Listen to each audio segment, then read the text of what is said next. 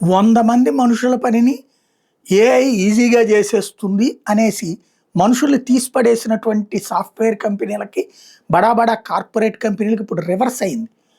ఈ మనుషులకి పెట్టే డబ్బుల కంటే ఏఐకి పెట్టే ఖర్చు దానికి 4 అవుతోంది అని తేలింది. దీంతో మైక్రోసాఫ్టే లైసెన్స్‌లు ఎవరికైతే తన సిబ్బందికి ఇచ్చినటువంటి ఏఐ టూల్స్‌ని ఆపేసింది. ఈ ఏఐ టూల్స్ వినియోగానికి అయ్యే ఖర్చు సంప్రదాయ సాఫ్ట్‌వేర్ వినియోగ ఖర్చులలాగా స్థిరంగా ఉండదు. ఎగ్జాంపుల్ ఏంటంటే మనం మైక్రోసాఫ్ట్ ఆఫీస్ టూల్స్ వాడాలంటే ఏడాదికి ఎంత అనే పద్ధతిలో చెల్లిస్తాం. అట్లాగే అడోబ్ ఫోటోషాప్ వంటి టూల్స్ వాడాలన్నా అంతే. కాకపోతే ఏఐ వాడకం అట్లా ఉండదు. వ్యక్తిగత స్థాయిలో ప్రస్తుతం చాట్ జీపీటీ, జెమినీ వంటి వాటికి సబ్స్క్రిప్షన్ ఆధారిత వినియోగం ఉన్నా వాటికి చాలా పరిమితులు ఉంటాయి. కంపెనీల స్థాయిలో అట్లా పరిమితులు ఉంటే కుదరదు. అక్కడ application programming interface, Claude code వంటి ప్రత్యేక డెవలపర్ టూల్స్ని ఎట్లాంటి పరిమితులు లేకుండా వాడతాయి.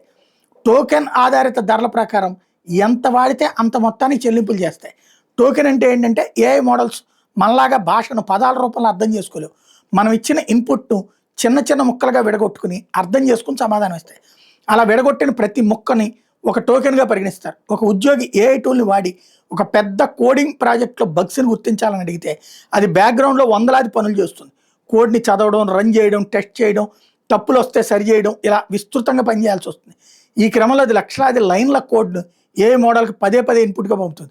దీని మూలంగా 2 గంటల్లో పని పూర్తయినట్టు అనిపించవచ్చు, కానీ వాడిన టోకెన్ ఆధారంగా ఆ 2 గంటలకే $1000 బిల్లు వస్తుంది. నిన్న ఉబెర్, మైక్రోసాఫ్ట్ సంస్థలకి ఇదే జరిగింది. ఉబెర్ వాళ్ళు కూడా ఏడాది ఖర్చుని 4 నెలల్లోనే పెట్టాల్సి వచ్చింది మేము ఏఐ టూల్స్కి అని చెప్పుకొచ్చారన్నమాట. ఇది ఇప్పుడు చర్చనీయాంశమైంది.